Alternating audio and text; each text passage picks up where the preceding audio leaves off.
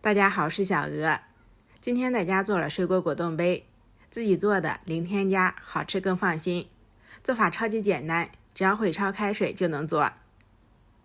首先准备喜欢吃的水果，清洗干净，切好备用。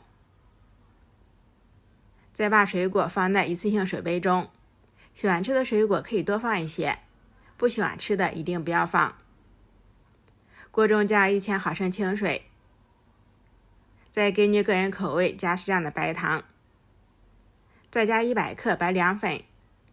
我们可以按照后面的说明比例进行放置，开大火不停地搅拌。烧开之后，我们关火，再放在一个带嘴的量杯中，趁热倒在水果中。经常有人问，水太烫会不会把水果烫得不好吃了？其实这一点我们大可放心，因为水果罐头都是把水果放入开水中煮一煮才做的罐头，做出来也是特别的好吃。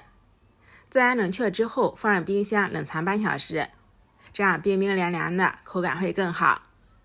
特别简单好吃的水果果冻杯就做好了，滑滑的弹弹的，吃起来真的非常不错。简单好吃，零添加更加放心。喜欢的话就收藏起来试一下吧。